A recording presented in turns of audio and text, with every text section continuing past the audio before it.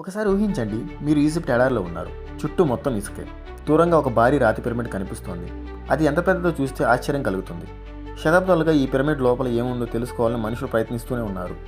మరి ఈరోజు మనం కూడా అదే ప్రయాణం మొదలు పెడతాం. రండి, పిరమిడ్ లోపలికి వెళ్ళి ఆ రహస్యాలు చూద్దాం. Hello guys, welcome to facts in Telugu. మీరు కానీ ఈ ఛానల్కి మొదటిసారి వస్తున్నట్టయితే లైక్, షేర్ అండ్ కామెంట్ చేయండి. అలాగే మరిన్ని ఇంట్రెస్టింగ్ వీడియోస్ కోసం సబ్స్క్రైబ్ చేసుకోవడం మర్చిపోవద్దు. పిరమిడ్ దగ్గరికి రాగానే మొదట మీరు గమనించే విషయం, దాని ప్రవేశం చాలా చిన్నగా ఉంటుంది.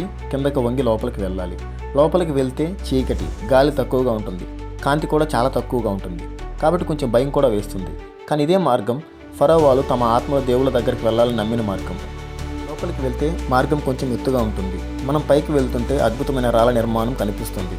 ఇది గ్రాండ్ గ్యాలరీ. ఎత్తుగా, పొడవుగా ఉంటుంది. రాళ్ళ అమరికం అంత పర్ఫెక్ట్గా ఉంది కాబట్టి ఆ కాలంలో యంత్రాలు లేకుండా ఇలా ఎలా కట్టారో అని ఆశ్చర్యం వేస్తుంది. అక్కడి నుంచి మనం